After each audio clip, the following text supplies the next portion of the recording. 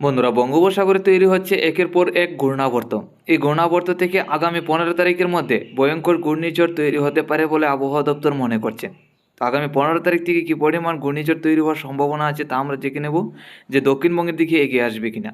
বর্তমান সময়ে আমরা যেটা দেখতে পাচ্ছি, দক্ষিণ মধ্য বঙ্গোপসাগরে একটা ঘূর্ণাবর্ত রয়েছে শ্রীলঙ্কার সাইড নিয়ে।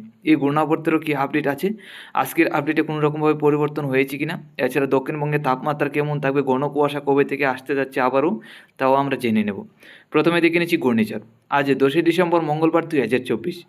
বর্তমান সময়ে যে ঘূর্ণাবর্ত দেখতে পাচ্ছি বঙ্গোপসাগরে, এই ঘূর্ণাবর্তে তেমন লঘুচাপ নেই, মোটামুটি নিম্নচাপ আমরা রয়েছে যেটা দেখতে পাচ্ছি। আগামী দিনে এই ঘূর্ণাবর্তের যদি নজর রাখি, আগামীকাল থেকে আগামী 11 তারিখ থেকে 12 তারিখের মধ্যে এই ঘূর্ণাবর্তটা শ্রীলঙ্কা হয়ে তামিলনাড়ু দক্ষিণের সাইড নিয়ে প্রবেশ করবে, যার কারণে এই ঘূর্ণাবর্তের নিম্নচাপের কারণে বাড়ি থেকে অতি ভারী বৃষ্টি হবে। কিন্তু আমরা এই ঘূর্ণাবর্তে বাড়ি থেকে অতি ভারী লঘুচাপ দেখতে পাচ্ছি না, তো লঘুচাপ তেমন বেশি নাই, যার কারণে আগামী দিনে এই ঘূর্ণাবর্ত থেকে ঘূর্ণিঝড় তৈরি হচ্ছে না।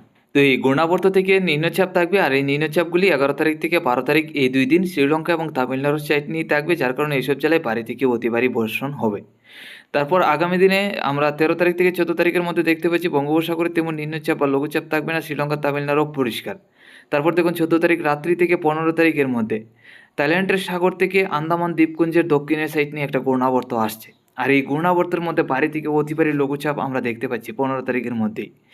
এই ঘূর্ণাবর্ত থেকে 15 তারিখের মধ্যে যে ঘূর্ণাবর্ত আসতে যাচ্ছে, দেখুন কী পরিমাণ লঘুচাপ রয়েছে বঙ্গোপসাগরের আন্দামান দ্বীপপুঞ্জ হয়ে উত্তরের সাইড নিয়ে। আগামী দিনে এই ঘূর্ণাবর্ত থেকে কিন্তু ঘূর্ণিঝড় তৈরি হবে, আর এই ঘূর্ণাবর্তের যে লঘুচাপগুলি উত্তরের সাইড নিয়ে দেখতে পাচ্ছি, তো এই ঘূর্ণাবর্তের লঘুচাপ এবং নিম্নচাপ থেকে হয়তো দক্ষিণবঙ্গের দিকে প্রবেশ করতে পারে নিম্নচাপ। বর্তমান সময়ে যে ঘূর্ণাবর্ত রয়েছে, এই ঘূর্ণাবর্তে কিন্তু তেমন নিম্নচাপ নেই, দেখুন আমরা যেটা দেখতে পাচ্ছি। 13 তারিখ থেকে 14 তারিখ 2 দিন পরিষ্কার থাকবে। 15 তারিখের মধ্যে যখন ঘূর্ণাবর্তটা বঙ্গোপসাগরে থাইল্যান্ড হয়ে আসবে, তখনকার সময় আমরা দেখতে পাচ্ছি এই ঘূর্ণাবর্তে কিন্তু ভারী থেকে অতি ভারী লঘুচাপ থাকার সম্ভাবনা। এখন দেখে নিচ্ছি নিম্নচাপ কেমন থাকবে, আর এই নিম্নচাপগুলি আগামী দিনে দক্ষিণবঙ্গের দিকে প্রবেশ করবে কিনা। 15 তারিখের মধ্যে সম্পূর্ণ বঙ্গোপসাগরের মধ্যে আমরা লঘুচাপ থাকার সম্ভাবনা দেখতে পাচ্ছি। তো ভারী থেকে অতি ভারী ঘূর্ণিঝড় তৈরি হওয়ার সম্ভাবনা আগামী 15 তারিখের এই ঘূর্ণাবর্ত থেকে। দেখুন নিম্নচাপ যদি দিকে আমরা অনেকটাই নিম্নচাপ দেখতে পাচ্ছি বঙ্গোপসাগরের উত্তরের সাইড নিয়ে, তাতে মধ্য বঙ্গোপসাগরের মধ্যে ঘূর্ণাবর্তটা থাকলেও নিম্নচাপগুলি উত্তরের দিকে থাকবে। 15 তারিখ থেকে 16 তারিখের মধ্যে গেলে শ্রীলঙ্কা এবং তামিলনাড়ুর দিকে ঘূর্ণাবর্তটা থাকলেও নিম্নচাপগুলি উত্তরের দিকে এগিয়ে আসার সম্ভাবনা। 15 তারিখের মধ্যে অনেকটাই দেখতে পাচ্ছি এই উড়িষ্যার উপকূল ধরে এগিয়ে আসার সম্ভাবনা আছে নিম্নচাপ। তো আগামী দিনে কিন্তু এই ঘূর্ণাবর্তের কারণে আমরা যেটা দেখতে পাচ্ছি নিম্নচাপ দক্ষিণবঙ্গে প্রবেশ করতে পারে।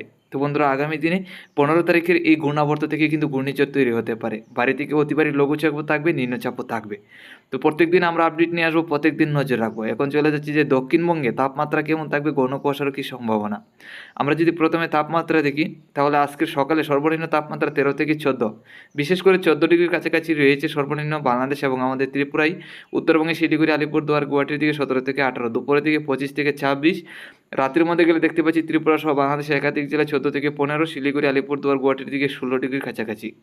আগামীকাল সকালের মধ্যে গেলে আমরা দেখতে পাচ্ছি বাংলাদেশের উত্তরে রংপুর, সিলেট, ময়মনসিংহ, রাজশাহীর দিকে দেখবে 12 ডিগ্রি, ঢাকা, কুমিল্লা, খুলনা, বরিশাল, চট্টগ্রাম আমাদের ত্রিপুরা রাজ্যে থাকবে 14 থেকে 15, উত্তরবঙ্গে শিলিগুড়ি, আলিপুরদুয়ার, গুয়াহাটির দিকেও একই রকম 14 থেকে 15।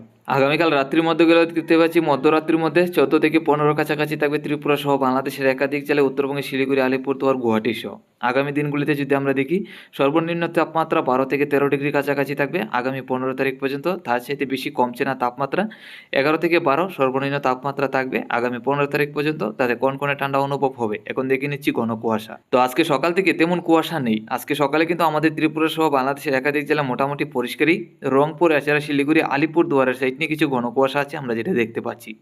এছাড়া বাংলাদেশের বাকি জেলাগুলি আমাদের ত্রিপুরা সহ পরিষ্কার, শিলিগুড়ির দিকে ঘন কুয়াশা আছে, গুয়াহাটি এবং আসামের শিলচরের দিকে তেমন ঘন কুয়াশা নেই। আগামীকালকের মধ্যে যদি যাই, আমরা দেখতে পাচ্ছি আগামীকাল থেকেই ঘন কুয়াশা বাড়বে, তাতে আমাদের ত্রিপুরা সহ বাংলাদেশের সিলেট, আসামের শিলচর, চট্টগ্রামের একাধিক জেলায় একদম অতি ভারী ঘন কুয়াশা থাকার সম্ভাবনা।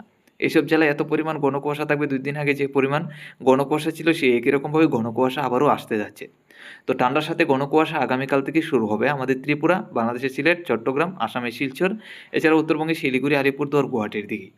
আগামীকাল থেকে দেখুন আগামী দিনগুলিতে এইসব জেলায় একদম কোনো কুয়াশা থাকার সম্ভাবনা। শুধু রাজশাহী, ঢাকা, খুলনার সাইড নিয়ে বরিশালের দিকে মোটামুটি পরিষ্কার থাকবে। এছাড়া রংপুর, সিলেট, ময়মনসিংহ, আমাদের ত্রিপুরা, চট্টগ্রাম, আসামের শিলচর, শিলিগুড়ি, আলিপুরদুয়ার, গুয়াহাটি এইসব জেলায় একদম কোনো কুয়াশা থাকার সম্ভাবনা আছে।